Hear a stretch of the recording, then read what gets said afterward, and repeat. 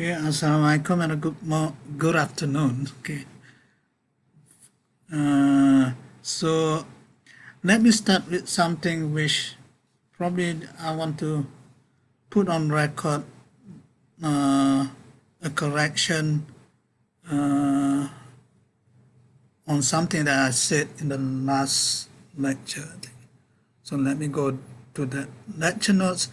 I've yet to put this up. I just checked this lecture notes last night and I found something was actually wrong what I've said in the previous lectures. So let me go down to this application of this diagonalization very quickly so that it's on record what the correction is supposed to be. Okay, so remember what we did was to look at some rotation matrix, okay, which is given by this over here, and then the question is what is precisely the rotation axis, and I said one would need to solve this eigenvalue equation with this eigenvalue 1, and then I mentioned something about degeneracy, which is totally wrong. Okay, so there can only be one rotational axis in a way, because otherwise it will not be physical to have two different rotational axes. Okay, so over here the rotational axis we have actually solved it, which is given by this vector I plus k, and which we normalize to be this. Okay, so this is essentially the eigenvector to the eigenvalue lambda equals to 1, which is coming from this equation. Okay, so essentially we are thinking of this as a rotational axis. The rotational axis will not change under that rotation.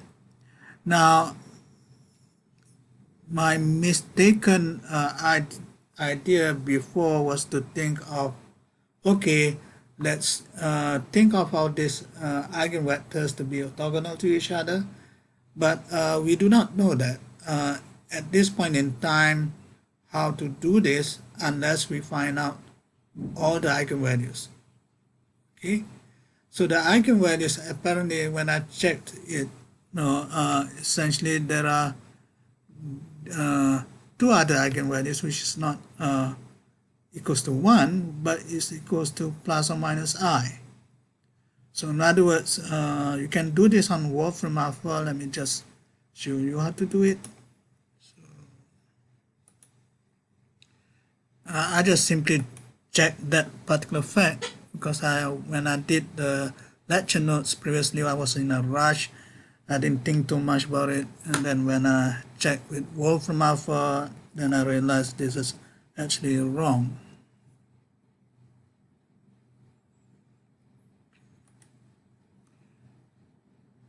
So let us look at what the metrics are. So let me go back to the notes.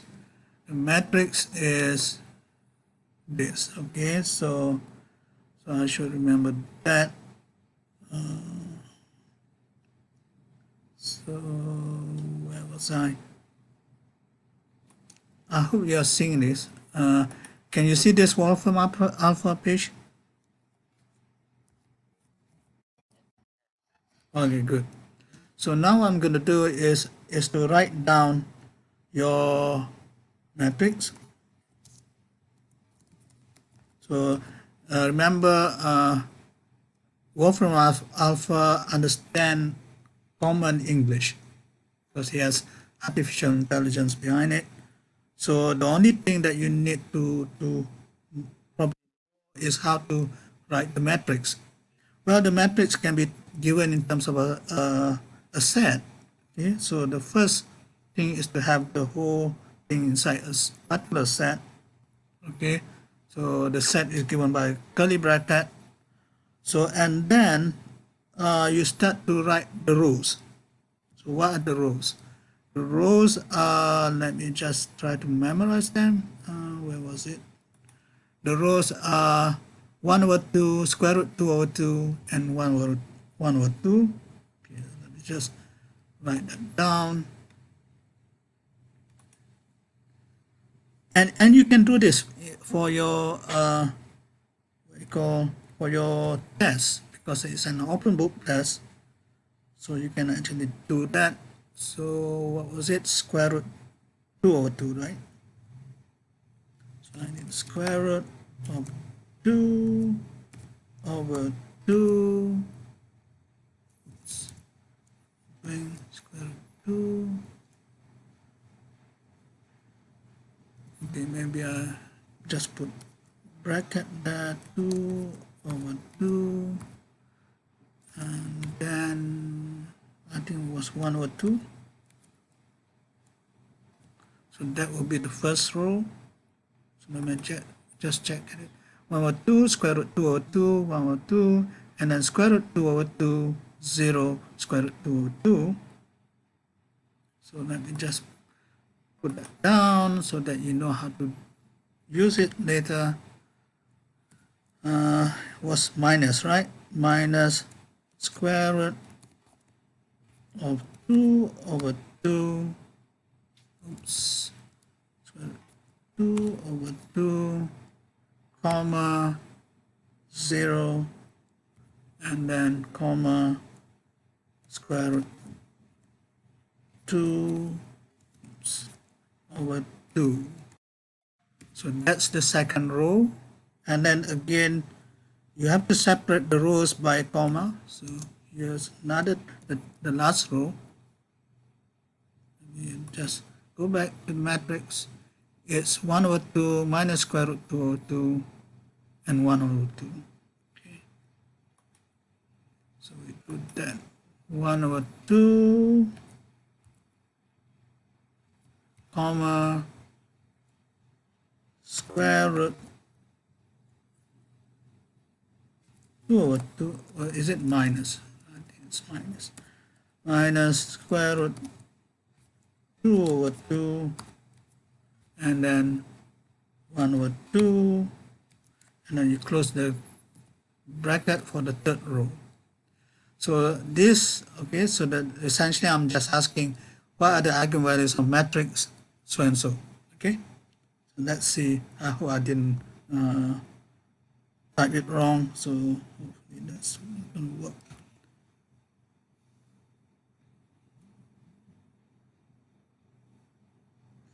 So if it gives me back the matrix, then it will be okay.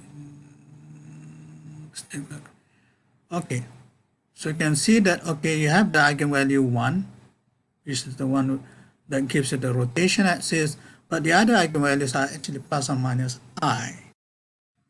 Okay, and you can see that, okay, according to this Wolfram alpha, this eigenvalue 1 will have the eigenvector 101. This is unnormalized, and then the other eigenvectors are going to be this. Okay, this corresponds to I, this corresponds to minus I, and you can see that no, it involves complex numbers, which we don't normally think of it inside the what you call a real vector space. So in other words, this will go beyond the real vector space that we are doing. So in other words, what we did was actually, what is the thing that we do? The thing that we do essentially is to think of this as a rotation axis, and then you think of this as the new z-axis, and then you find your x, and so in other words, this is the rotated z-axis, and the other one for which we find vectors which are orthogonal to u are the rotated x and y axis. So here is the rotated x and y axis. Okay, and what you have essentially, this is not quite the diagonalizing matrix as we have seen before. These are just showing that it's going to be a rotation matrix in a way. Okay, so what we get is that, okay, the diagonalized, so-called diagonalized matrix essentially is a rotation matrix. Okay, and the same thing for the matrix with the reflection. Again, I was mistaken at that time. What you have is essentially, again, you can use the Wolfram alpha about this. You have eigenvalue -1, okay, which gives you this reflection thing. So this will tell us, okay, your R will give you the reflection plane, which is given by that. And what was it? And then you find the other eigenvalues will be complex, okay, and the matrix that you get from finding the different orthogonal vectors are just essentially like a reflected x and y axis. Okay, so so I should make that correction. So I will upload this later on. Okay, it's just a matter of making. No, I have plenty of things to do, so that's the reason why. So I will upload this later on. Okay, I think the rest are pretty much nothing wrong that I've said in the last lecture. And then the other one was, I'm not sure where did I finish. So we went through this couple oscillations. I think we have done this. So we can rewrite this as a matrix equation and then find eigenvectors, find eigenvalues, sorry. And then the eigenfrequencies are given by the eigenvalues. And then the eigenvectors will give you the mode of the oscillation. Okay, so here is a mode, the two masses sort of moving together in the same direction and then back.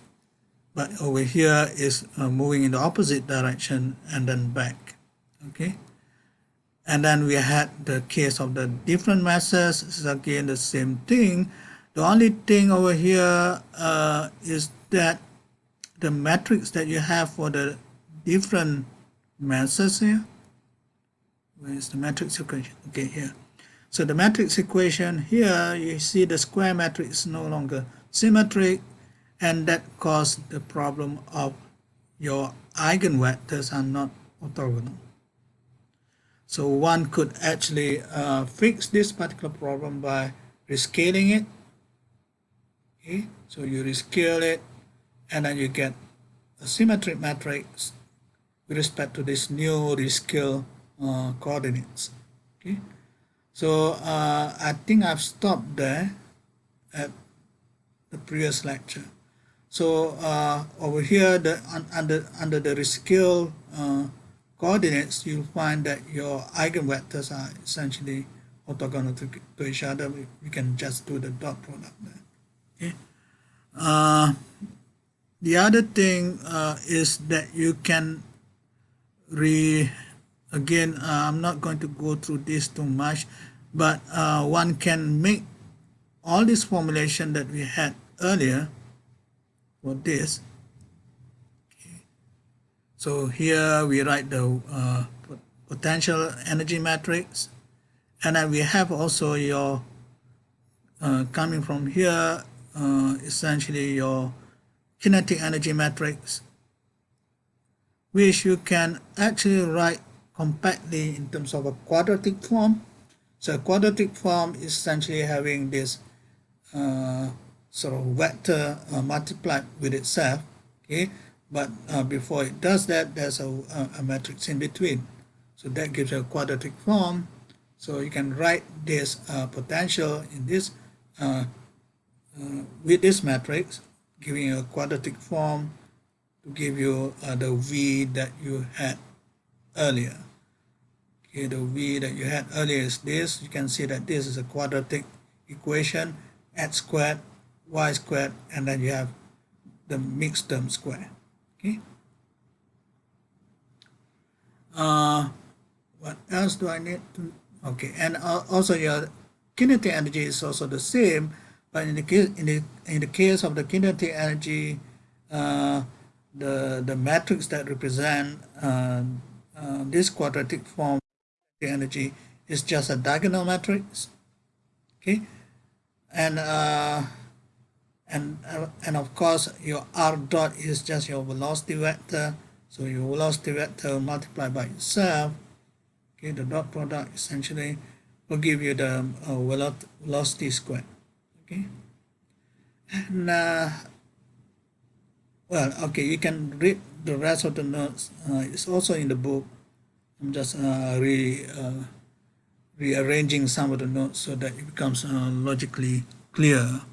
The other one is you should also look at the example of the linear triatomic molecule, which I didn't do in the last lecture, but it's quite simple.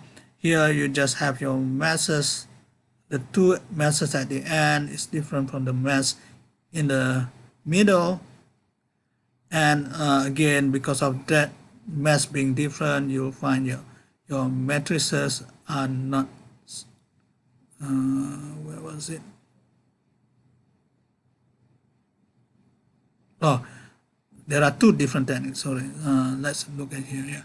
Here's the matrix. Here you treat your x, y, and z are all different independent coordinates.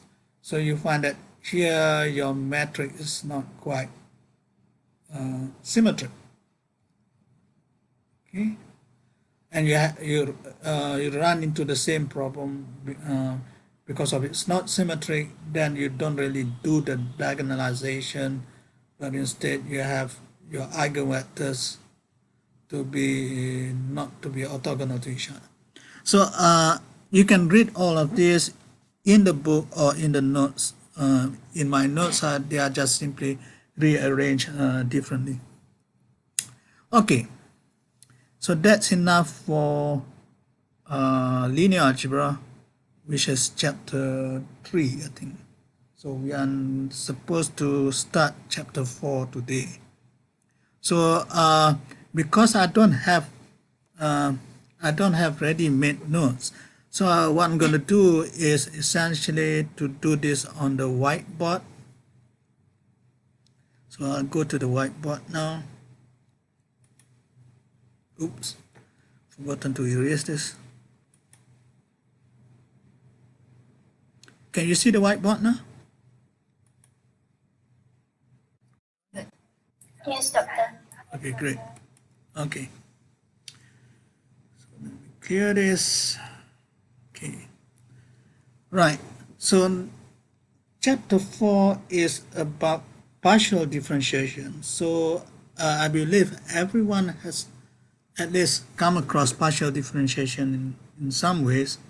So so this is more or less a revision for you. So I'm going to go through very quickly some of the examples given here. Okay, so probably this is going to be quite boring for you, but never mind, we'll do it. So the chapter 4 is on partial differentiation. When do you need partial differentiation is when you have multi-variable functions. Okay, and partial differentiation.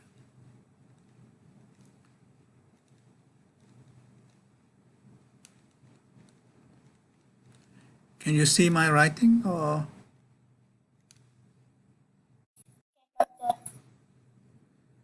And then can you see the cursor?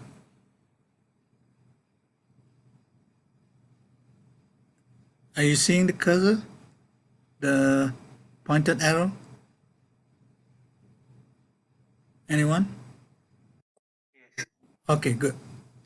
Right. So let's just recall our usual calculus, which is involve what you call function of a single variable. Yeah. Rakan saya yang belum masuk lagi. Okay, let me check. Oh, probably because I go to this different tab, it doesn't do the auto admit. Okay, where was I? Whiteboard, yeah. So let me write this. So your usual are just simply function of single variable. I hope the auto admit works. So let me just check whether the, oops, I don't want to do that.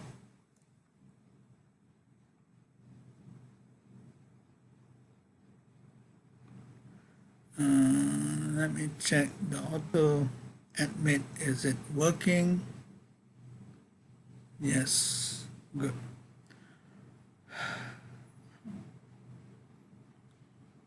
So how do you write your function of single variable function? Okay, so it's y as a function of x in this way. So let me just define this precisely. So this is what we call, in this case, we call this as a dependent variable. Oops, independent variable. I'm getting confused. Independent variable, and y is what we call the dependent variable.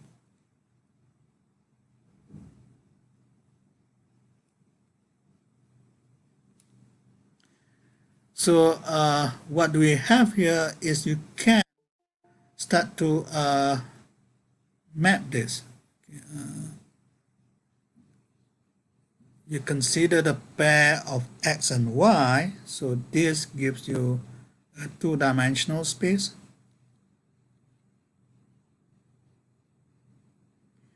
And your y equals to f of x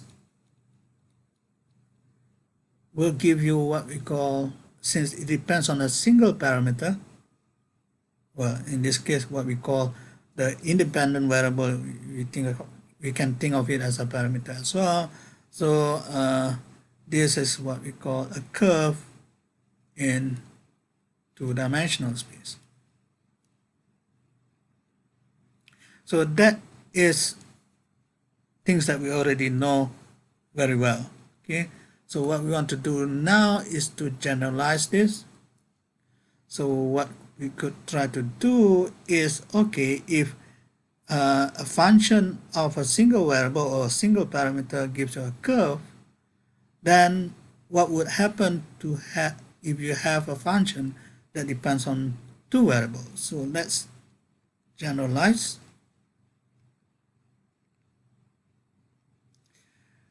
So if I have a function of two variables, that will give me what we call a surface. Surface in where? So let's call this function to be equals to z. So the surface is this f of x, y, and the containing space will have the variables x, y, z. So this is a three-dimensional space, and the surface is embedded inside this three-dimensional surface. So let me try to do this. I do not want to use the book directly because, oops, again, because it's not ethical in some sense. So I'm going to just copy this diagram. Let me see if I can do that. I did take a snapshot. Let's see. Where's my cursor? So I'm going to cut and paste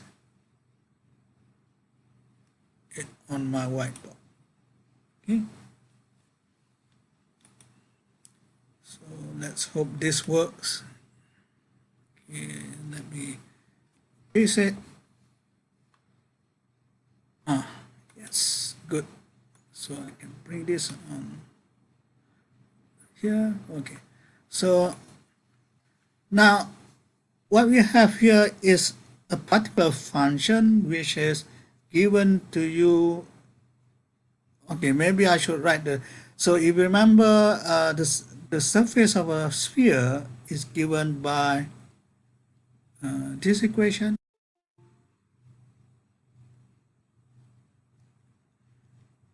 So this is equation of sphere.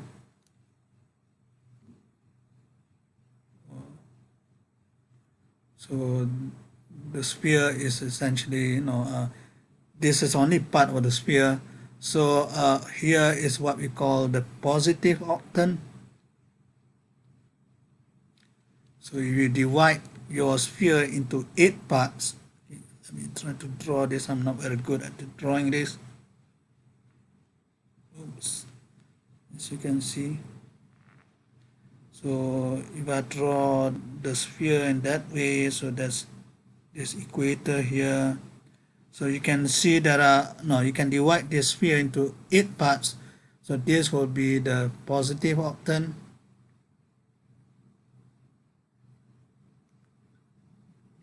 Writing it twice, so never mind. Positive octant means what? We mean x greater than 0, y greater than 0, z greater than 0. Okay? So if I want to write this in this particular form, I can do that now. So I just rearrange this equation of sphere, then I will be able to get z to be equals to square root of 1 minus x squared minus y squared. And how do you make sure that this is the octant that you want? Because over here we have already specified that your z has to be greater than 0. Okay, so that gives you that equation. So in other words, now this will be our f.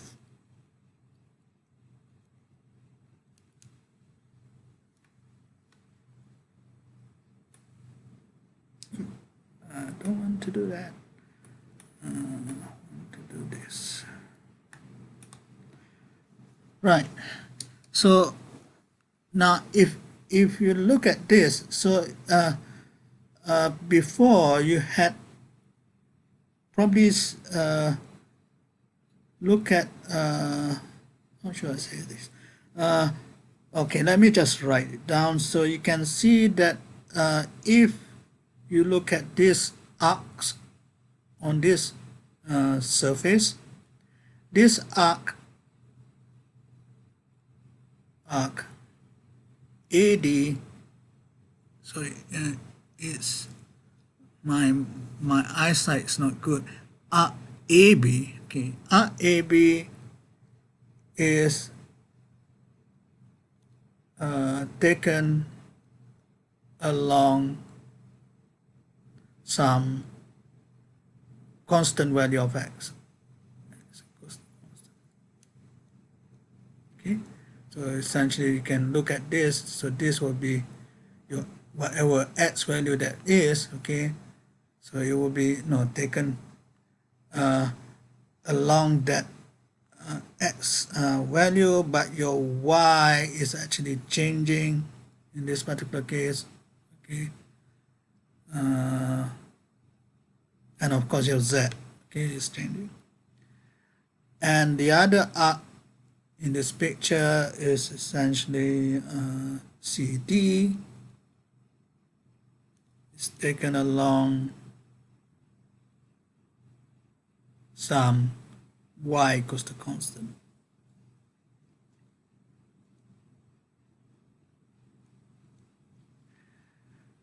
Okay, and they sort of meet at a particular point given by the point P. P is the intersection.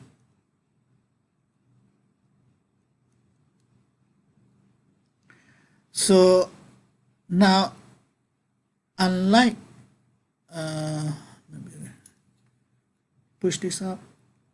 Unlike the case of the graphs that you normally see when you write down, say, y as function of x here. And if you take a particular point and then you find your tangent here, it's not quite a tangent here, but never mind. So here is the tangent at a point, one point on the curve. So that is, in a way, depends on the point, of course, but it's unique. Okay, unique to this particular curve. Over here, it's going to be different because there are many ways that you can actually find the tangent. Okay, so for example, if I say that, okay, I must take the tangent at P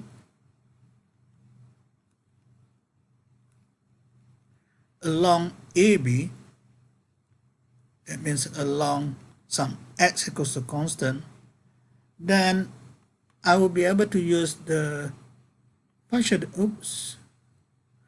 derivative dz dx.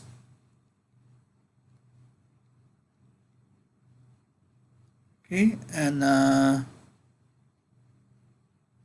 this will give you half. Now I will explain later why this is actually tangent along AB.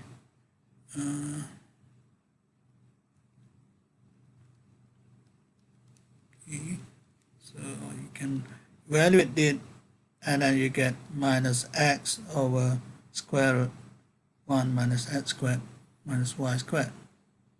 Okay, and this is essentially you know how to take partial derivative. Sometimes if you write this as previously I say use z equals to fxy here, then this is just to introduce the notation. This is sometimes written as f with a subscript x, showing that, okay, the differentiation is actually along x.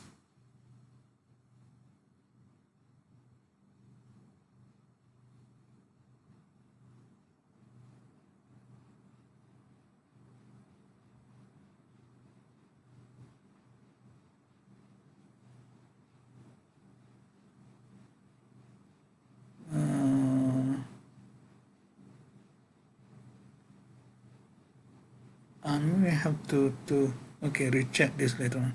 But anyway, I might get my two variables sort of mixed or swapped.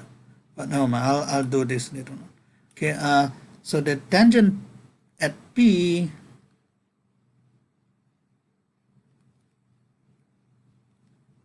along CD is given by this partial derivative with respect to y. And you can use the same form. And this is written as f subscript y. Now, of course, what does it mean by that? So it simply means that you're taking the derivative of that surface, of that surface earlier. Don't fail me now.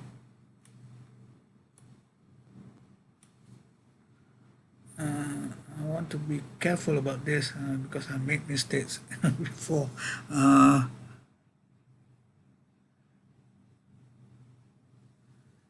So over here, if you look at this, let me put this in red so that it's visible. So you can actually see that, okay, if I take this along, I just want to see whether I made the right words.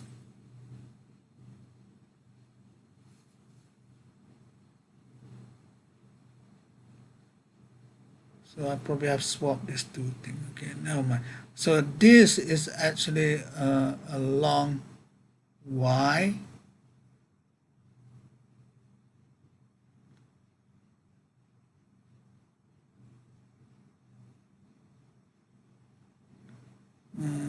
And the other one is along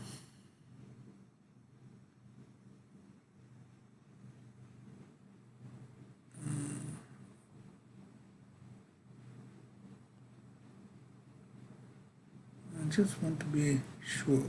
Okay. Just give me a minute to think about this because I just just look at it this morning. So AB, if you really think what it is, your x is actually fixed.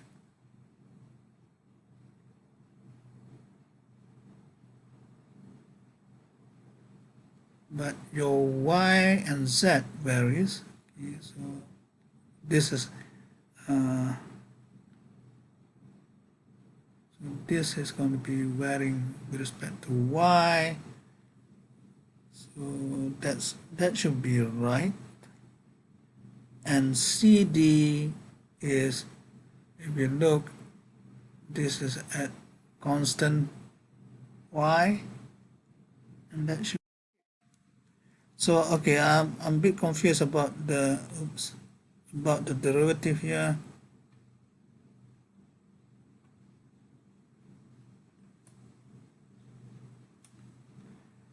But anyway, the idea is the tangent about a point on the surface. There are many different tangents that you can actually take.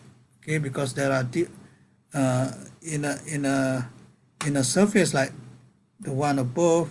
Okay, there are many different directions you can actually take. So again, one should try to see what this is. For example, that should be varying with respect to what.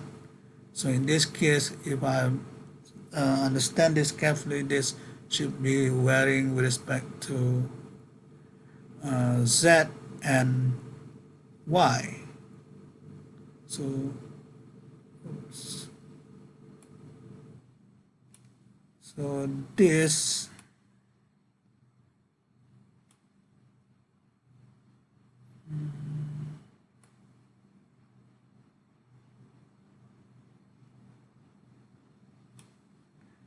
this is okay. I mean,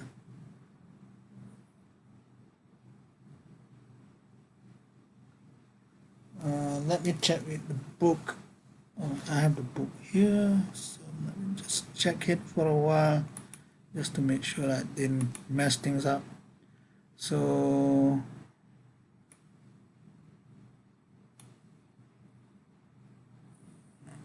where was it?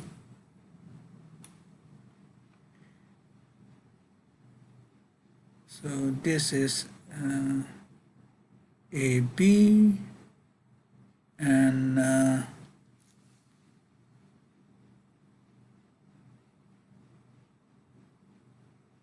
okay, I think I've got it mixed. So this should be partial z, partial y. So that's right. So this is along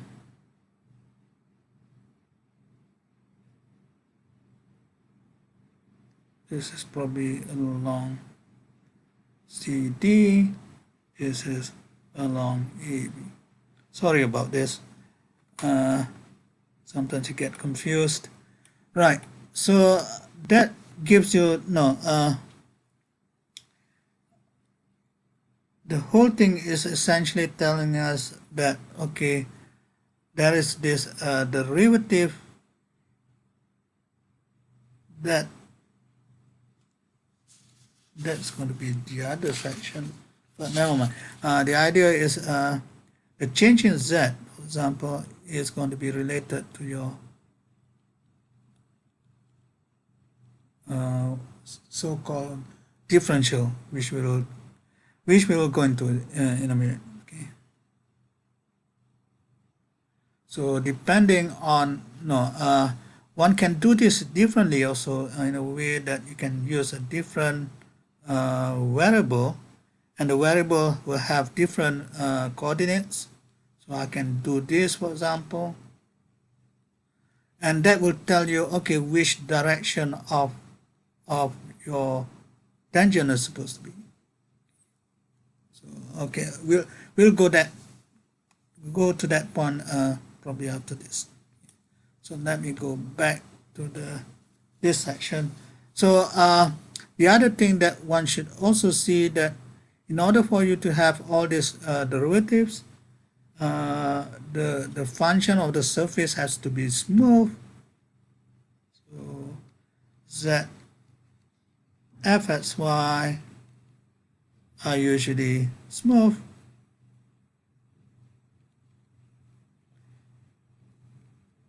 In order to define your partial derivatives,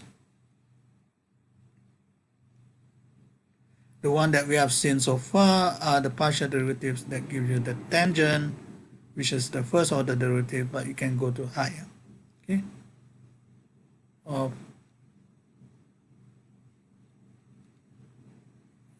first order and higher.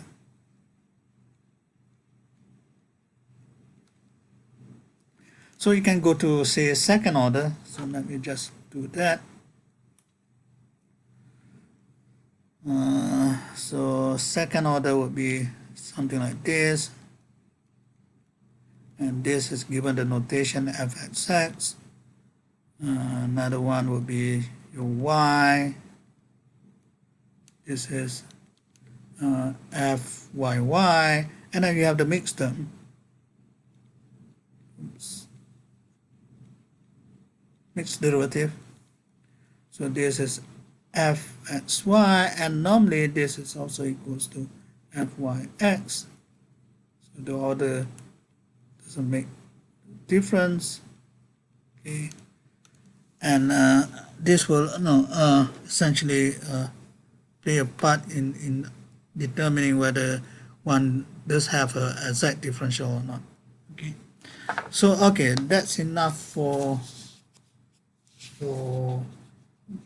introducing a partial derivative. So let's look at a particular example here.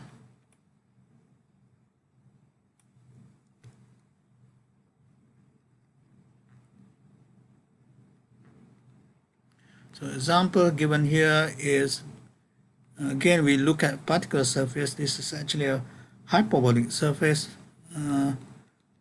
which is given by this expression, x squared minus y squared.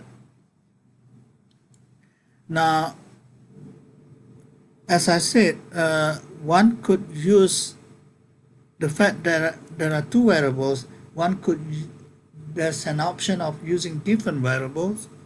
In this particular case, for example, you know that x and y can be written in terms of polar coordinates.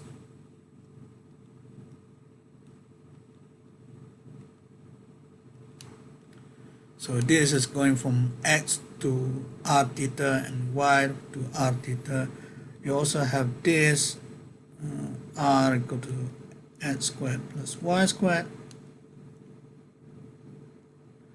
and theta is inverse tangent y over x.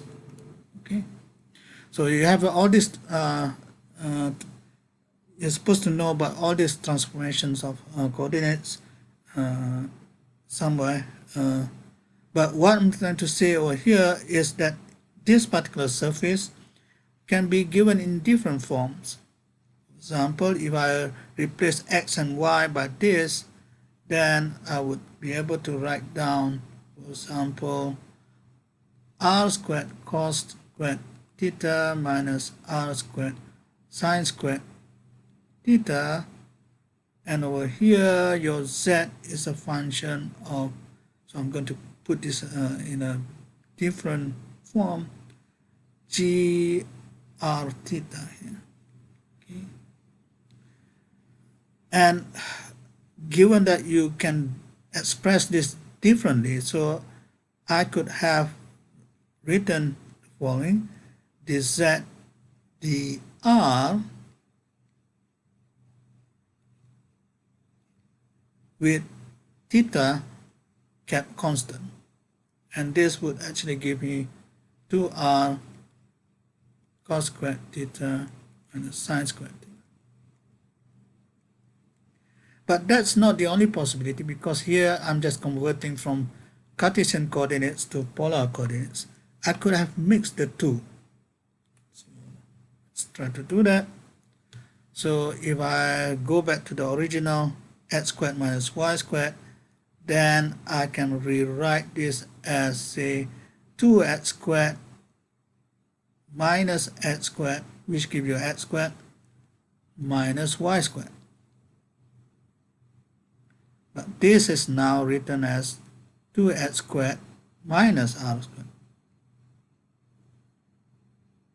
So in other words, here is like a function, so a function of x and r. Okay, so there you can, for example, write this. I take the derivative of z with respect to r, but keeping x fixed rather than theta fixed. And this will give me what? This will give me minus 2r. Okay. And you can do the other way around as well. So one could write something down like this: z equals to x squared plus y squared minus 2y squared will give you the original function, but now x squared plus y squared is r squared minus 2y squared. And in this case, I'm running out of alphabet now. H, let's say P y r. Okay, so in this particular case, I can do this derivative, for example, the z dr, keeping, instead of x constant, I keep y constant, and then I'll be able to do the derivative is just simply 2. So you have this flexibility when you have more variables in, and you can transform this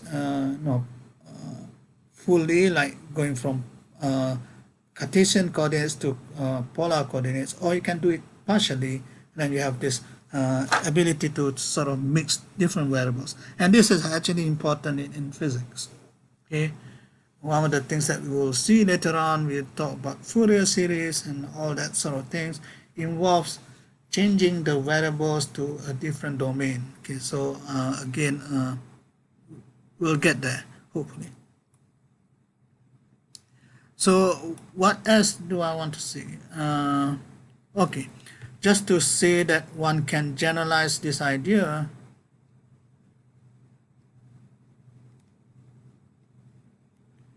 to functions of more variables, of more independent variables,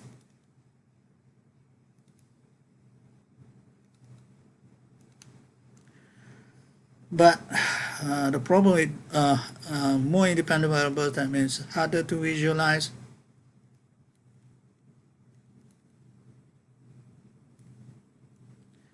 And you remember the notation that we had earlier, this is like f r or something like that. Okay, that becomes, notation becomes clumsier.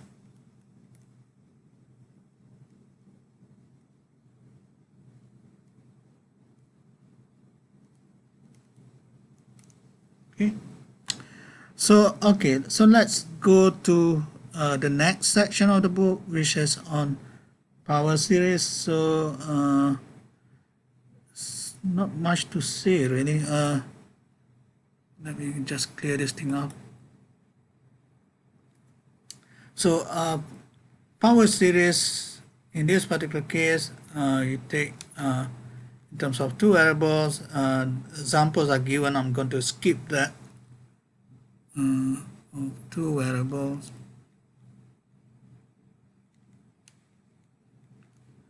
but I'm going to jump straight into the general expansion here. So you expand f of x and y being the two independent variables, and then you can expand it about a particular point. Here, usually if it's just a single variable, then you specify, say, only x. But here you need to specify two variables, so that means over here about this particular point, for example, being dictated to be a b. So how do you do this power series of that is the following. So you just simply write this, the zeroth order term, meaning zeroth order of x, zero power of x, zero power of y. Okay, and that means there's only constant there. And then coefficient a1, 0, this notation means, okay, there will be a power of 1 for x, power of 0 for y, and that means I will have this x minus a, showing that where we are actually expanding over with, and there's supposed to be y minus b to power 0, which just equals to 1, and then you have a not 1, which is y minus b. Let me just continue to second and third order so that you can see the pattern. So here I have the second order would be a to naught x minus a squared plus a naught 2 y minus b squared. But you also have mixed term.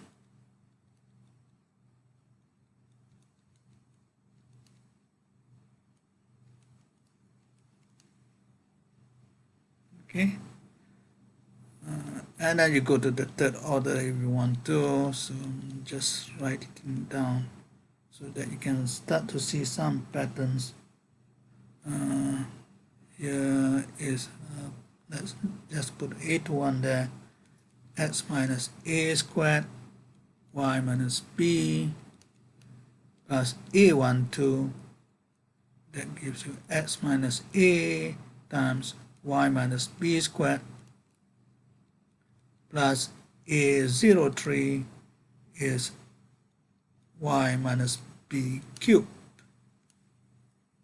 Okay, so you can go on forever if you want, but that's enough to see the pattern behind this expansion.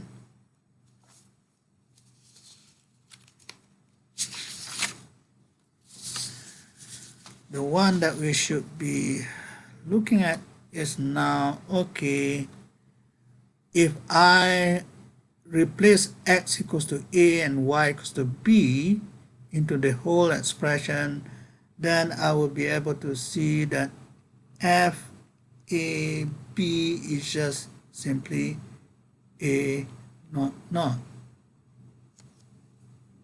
Okay, and if I take the differentiation with the first order derivative with respect to x, okay, so the only term, this thing will drop off, and then this thing has an x there, this has no x there, so then I can actually see f of x a b is just going to be equals to a1 naught. But the rest, you might say, then everything becomes, no, because there are higher order terms involving x minus a and y minus b, so that will just drops off, becomes 0, because you are substituting x equals to a, y equals to b in this formula. Okay, so the same thing over here, this will be a not 1, and then fxx a b, oops, too far away,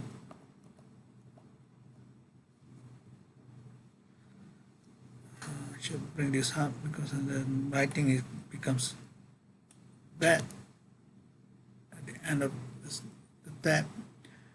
fxx AB will be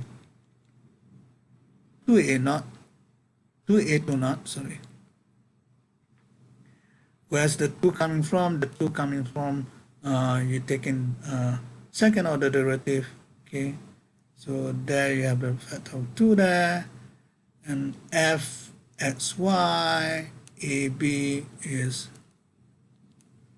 equals to a11, and fyy AB equals to 2a naught 2.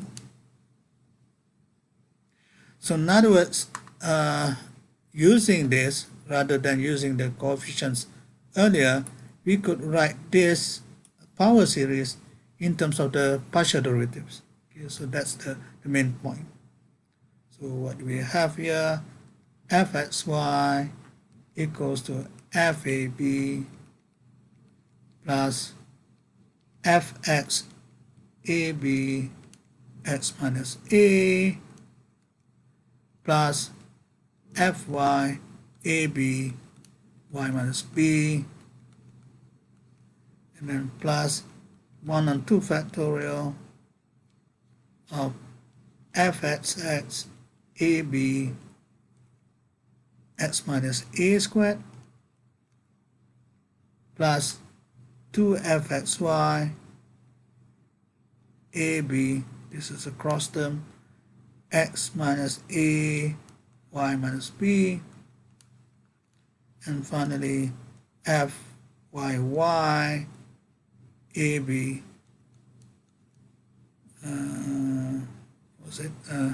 y minus b squared, and then higher order terms.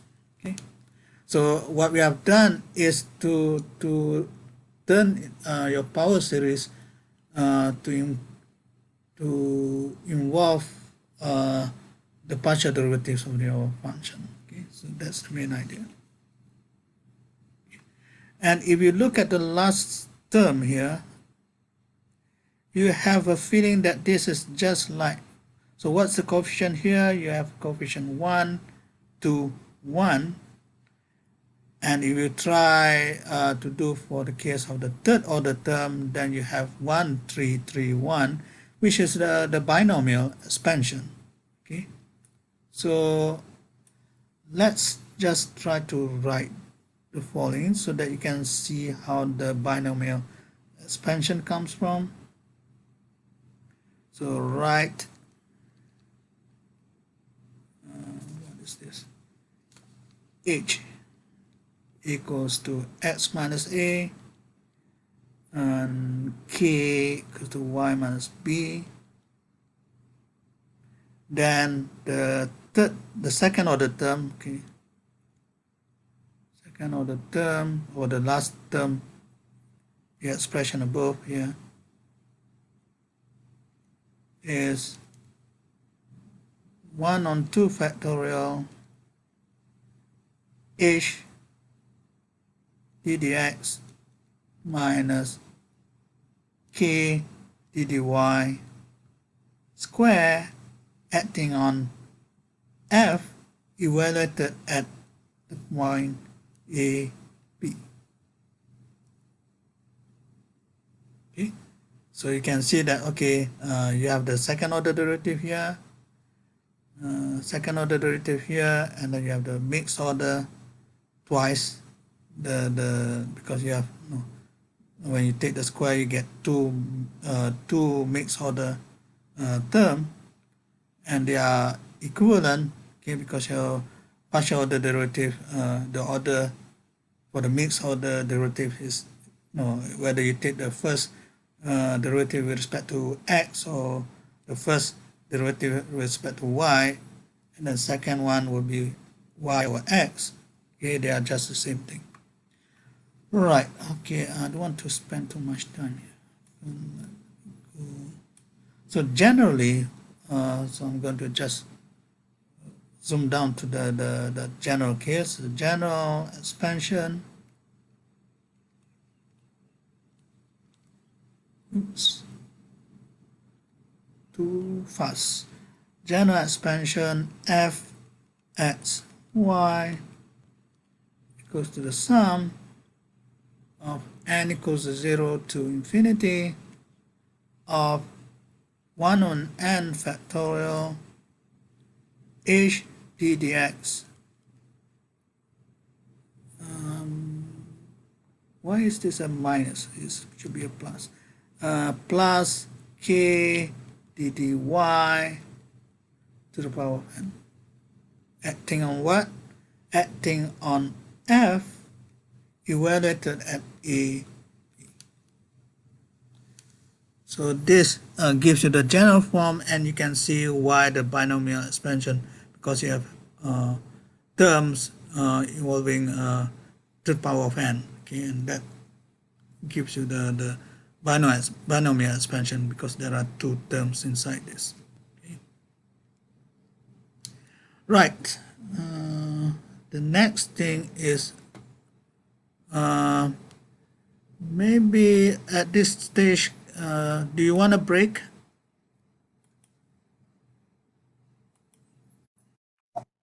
Okay, so let's take a break about 5 minutes. So we'll come back at 3:15. Okay, I suppose everyone is back. So let me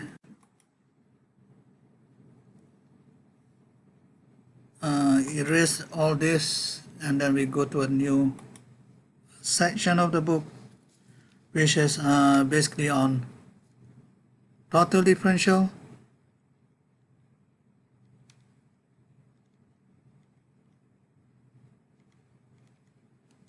So before we go to the multivariable case, just let us consider the case of a single variable function. So here again, I need to just pinch the picture from here.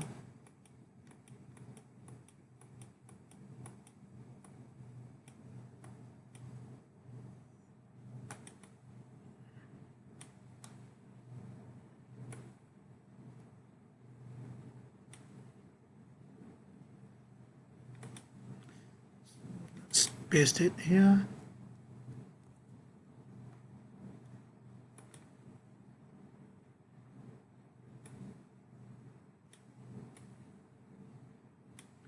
So over here, what we're gonna do is to talk about the idea of a tangent approximation.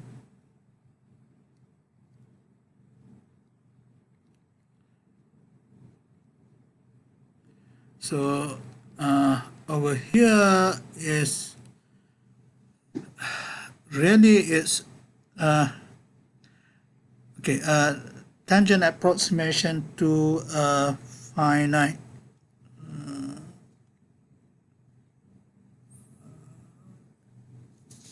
how should I address this, finite change in variables. So the point here is essentially to, if one considers, for example, at this particular point, then your tangent is essentially given by your derivative. But if you're supposed to look at how it changes over a certain, say, certain interval, for example, over here, so this is given by delta x. So delta x is this, we regard it as the same as dx over here. You'll find that the change in y is not quite the one given by dy over here. The change in y is let me just write this, change in y will be something like y dash plus epsilon dx, where here is to essentially this will be given by this length. So what happens over there, there's an error term that must be added to the derivative times dx, but this error term will disappear as dx or delta x goes to 0. So what happens over there is to think of, okay, as you make dx closer to 0, the difference between your dy and delta y will also become smaller, and the error becomes goes to 0. So the idea is, you get back to this definition of the derivative simply to be your dy dx plus an error term. So when you take the limit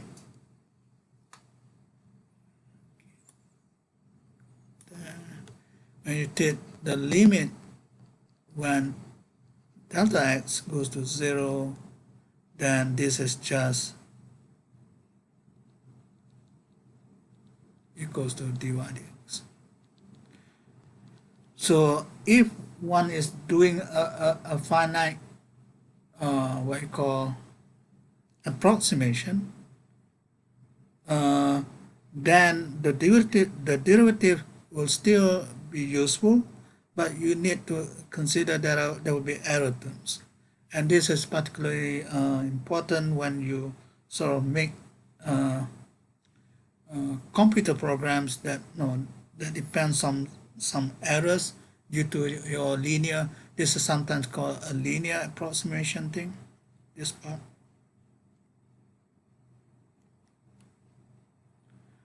So the linear approximation will have some error term given by that, but it can be made small if you allow your delta x goes to 0. Okay, so that's the main thing that I want to say. Actually, I do not want to complicate the picture too much. So in other words, over here, what do I want to do? Okay, maybe an example so that you can actually see it.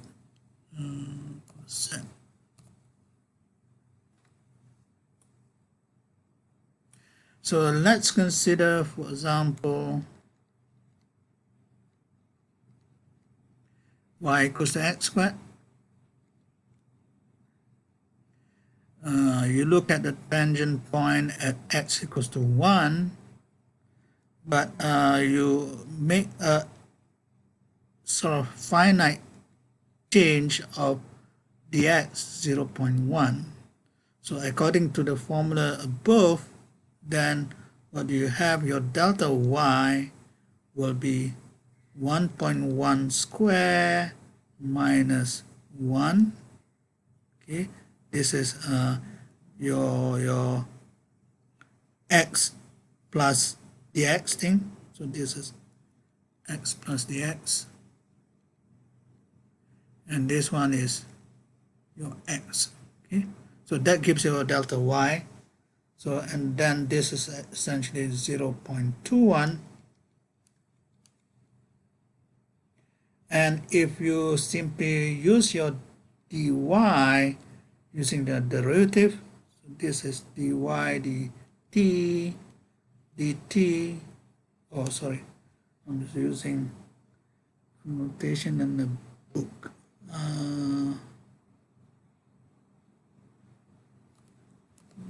Just write this as x. That's good enough. Don't have to introduce too many symbols. So this will be the x over here. Then you'll find that this essentially equals to 2 times 1. Okay, this is taken at the value x equals to 1, and then times, sorry, what is it, dx 0.1, and that gives you 0.2. So you can see the error here is, okay, so then in other words, the error here is essentially epsilon equals to delta y minus dy, which is equals to 0.01. Okay, so that's just to demonstrate the idea of this linear approximation may be having errors of a certain value. In this case, it's just 0.01. Okay. So what else I want to say? Let's do another example. In this particular case, is to use a multiple variable function. So z here is f of x and y.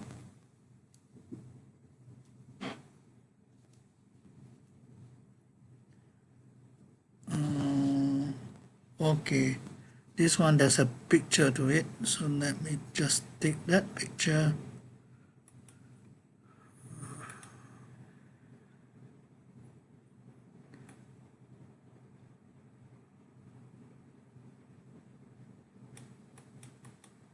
This picture.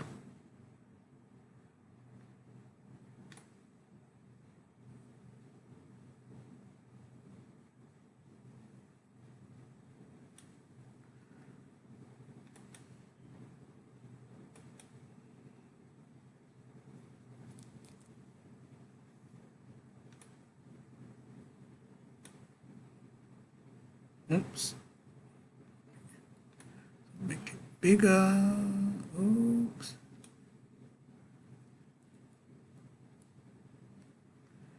So again, the idea is, okay, if you do a finite, for example here, this thing up. So here is a finite change in y. Here's a finite change in x. Okay. So you can see that there are error terms produced when you take these finite changes. So let me just write this. Okay, your delta z here is what? Your delta z here is, this is E. Okay, this is E, goes to the point R. And one could actually show that this is equals to the z plus, I'm skipping some steps here because I don't want to waste too much time on this, plus epsilon 2 delta y, where epsilon 1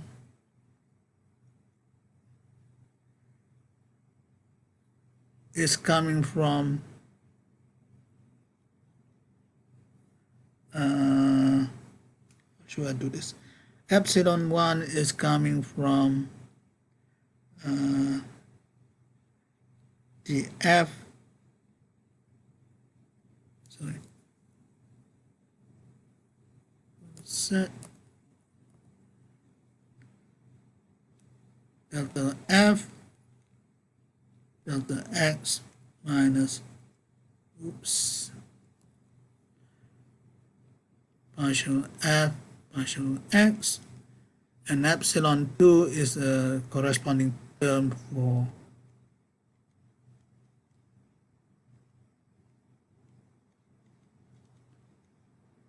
the y case. Okay, so now again, one should be aware of this sort of finite kind of approximation of finite differentials, so that you have to include all the differences in the inside your formula, giving you the error terms. Okay, but the main thing is the fact that you always have this partial derivatives to be what we call the tangential approximation. So let me just write that down. Tangential approximation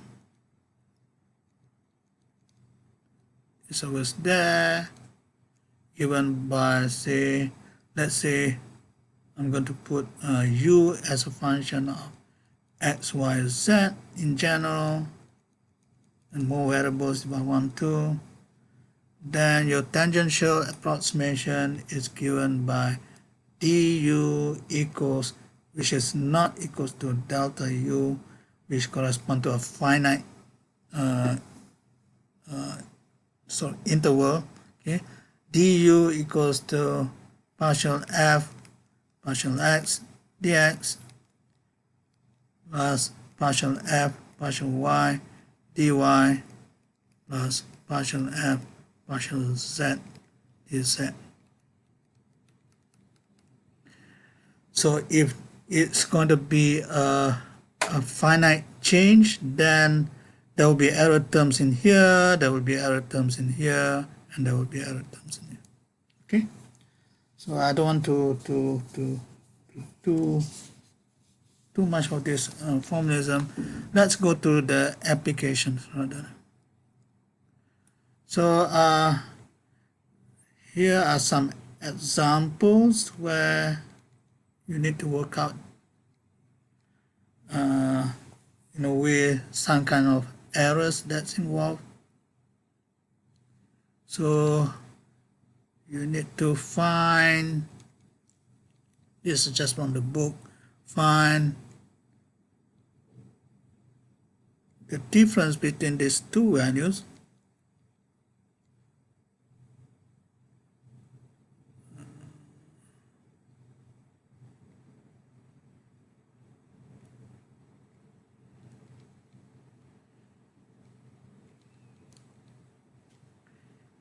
And one should be able to work out what the values are using the approximation using differentials. Okay, so over here you can see that, okay, maybe one should write down what the function is supposed to be. So your function is something like 1 on square root x.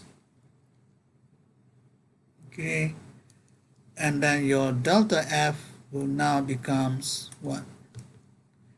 Delta f becomes f at the value of 0.25 minus 10 minus 20 minus f at the point of 0.25, which is just the thing that we want to calculate. But now what we can actually try to do is to use the approximation using the partial derivative, or derivative in this particular case. There's only one variable. So there what you do is you take the differential of 1 on square root x with x equals to 0.25. Okay, the original value, and your dx is minus 10 minus 20. Okay, so one can take that differential easily using derivative. So this is equals to minus a half x minus 3 over 2 dx, and substitute these values.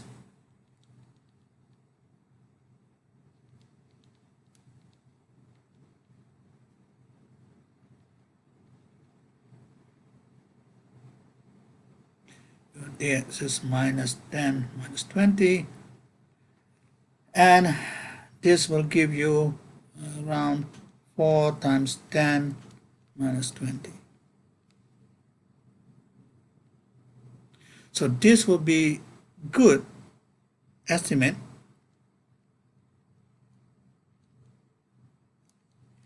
if your dx is small.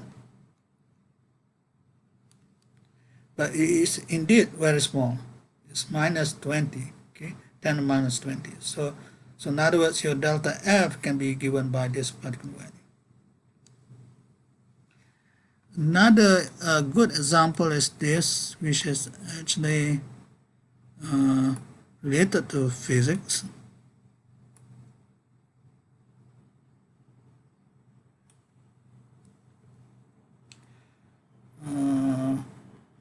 Here's another example, which is also in the book. 1 on n squared minus 1 on n plus 1 squared can be written as 2 over n cubed. So how do you do that? Well, again, we write what will be the function to evaluate is f of x here equals to 1 over x squared, okay, and then your delta f that you're looking at here is essentially f of n minus f of n plus 1. But you can make a tangential approximation to delta f by df, which is d of 1 on x squared with x equals to n and dx equals to minus 1.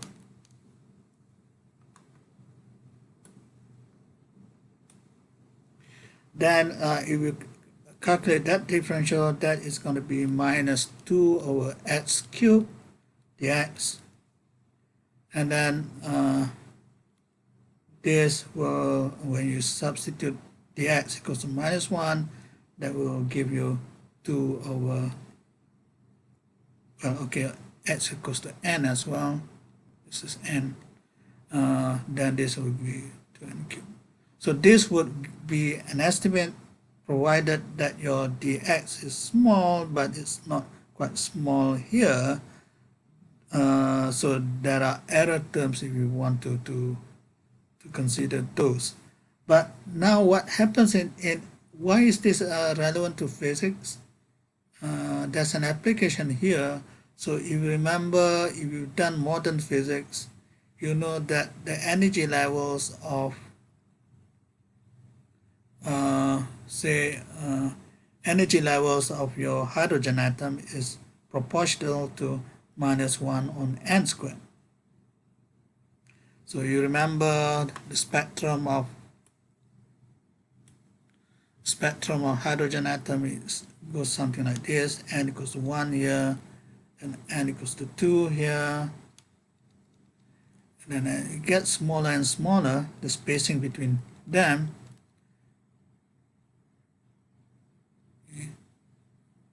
Smaller, smaller. So for high n,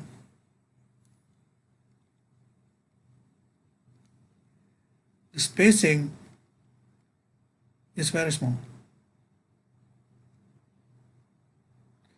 And that approximation that we have over here should be good enough. Okay, but if you consider the lower level energies, then you, of course, you have an error term. Okay.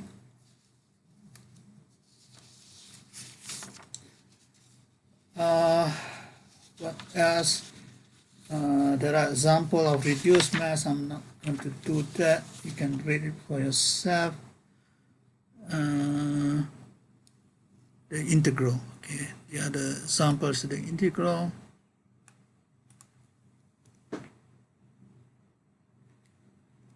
Here's another example here. F of x equals to what was it? Integral between 0 to x sine t over t dt. And you want to see how much of this integral change, how much f changes when x goes from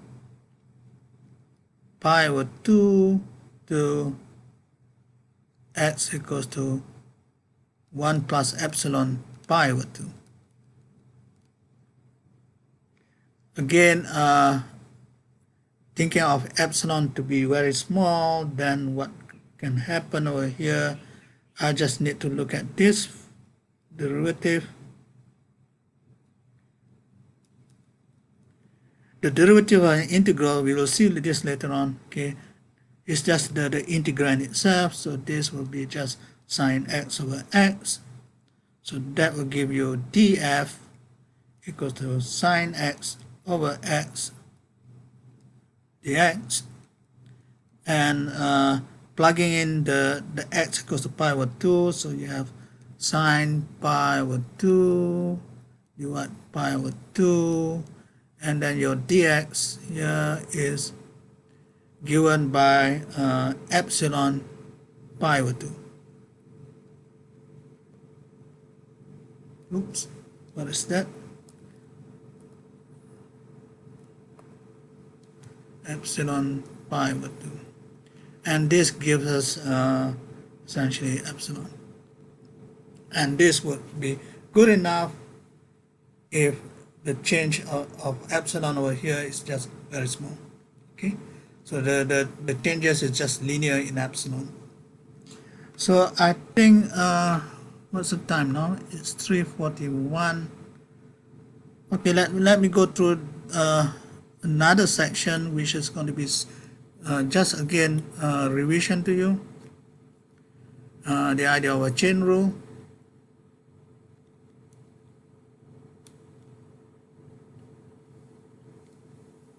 So again, suppose you are given, so here's an example. Suppose you are given a composite function like this. You have a log function, and inside the log there's another function sine 2x. So one could write this, if you want to use chain rules, so I can define this one by one. So that means I define y equals to log u first, and then u is equals to sine v, and then v equals to 2x. Okay, so I'm thinking of this as function over function over function. Okay, so what is dy dx in this particular case? Then you just simply use chain rule. Is dy du, du dv, and dv dx, and that should give you the answer that you need. So dy du is 1 over u, du dv is cos v, dv dx is just 2. And then plugging in the definition of u and v, that gives us 2 cos 2x, u is sine v, which is sine 2x, and that gives us a 2 cotangent 2x. So I believe these examples are quite simple, but let me go to one example which I find is interesting. This example, which probably you need to know the trick first. So here is a function z equals to x to the power of y. Okay. I'm not sure which example this is, but I find this interesting because it takes a few steps to get to the answer, and then y is given in terms of t here, then tan t, and x is given in terms of sine t. Now, if I were to ask you what dz dt is, perhaps the first thing that one you want to do is to find out what's the differential of z. Okay, then this could be simple enough. Okay, I'm going to take say the differential of z with respect to x will be this.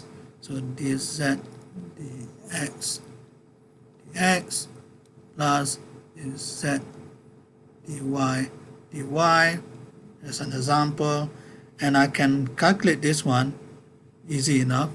So this is just y and y x y minus 1 dx. But then you have a problem over here. Dz dy, but your y is appearing in the exponent. So what to do with this? Okay, so let's just try to see what it is. So we do an intermediate step which is not really shown in the book. Okay, what we need is to write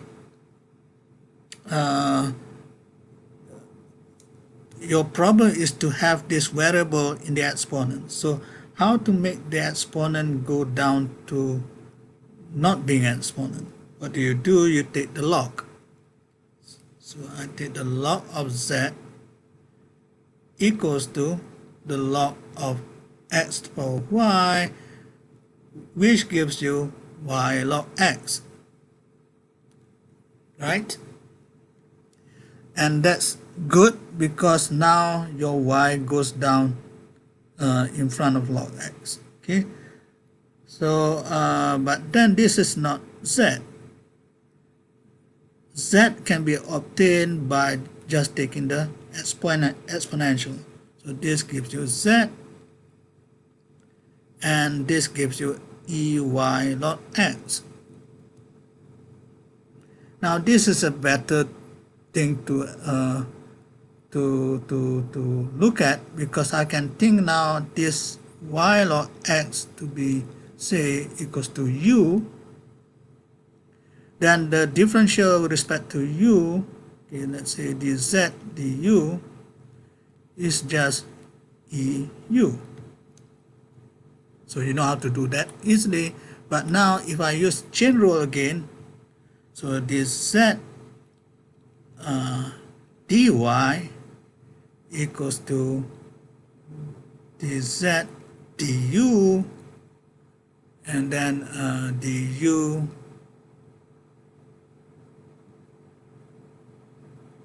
du dy, right? So what does that give you? Dz du, we already seen it's going to be just your exponential u, and then du dy is just log x. So in other words, here is exponential u. What is u? U is exponential y log x, but this is just simply what? This is exponential. Let me put this thing up. So I'm doing all the intermediate steps. So this is log x to the y log x, and that gives you exponential and log is the inverse function to each other. So this is x to the y log x. So in other words, now we have dz dy.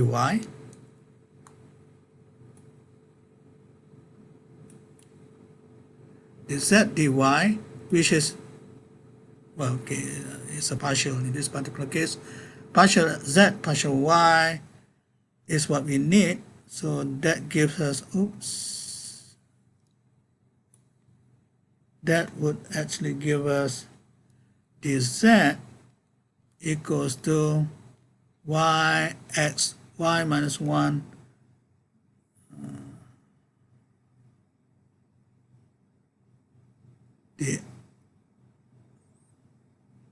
dx plus, and then dz dy, or partial z partial y, is x y log x dy.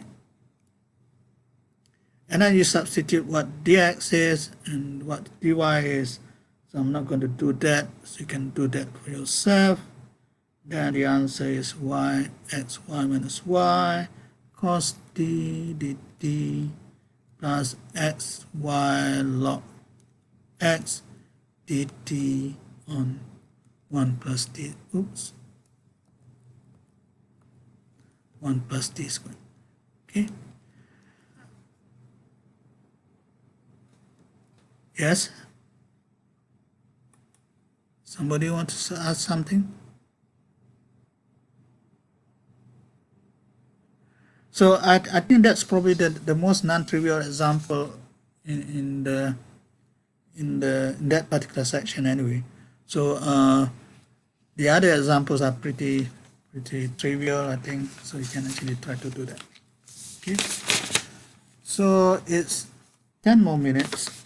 I think I will probably stop there and then continue from there in the next lecture.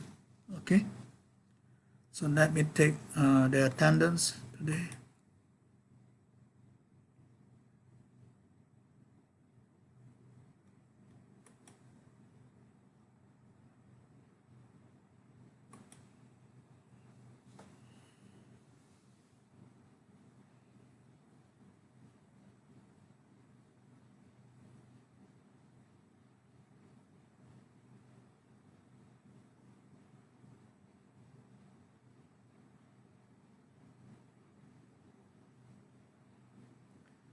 Okay, that should do it.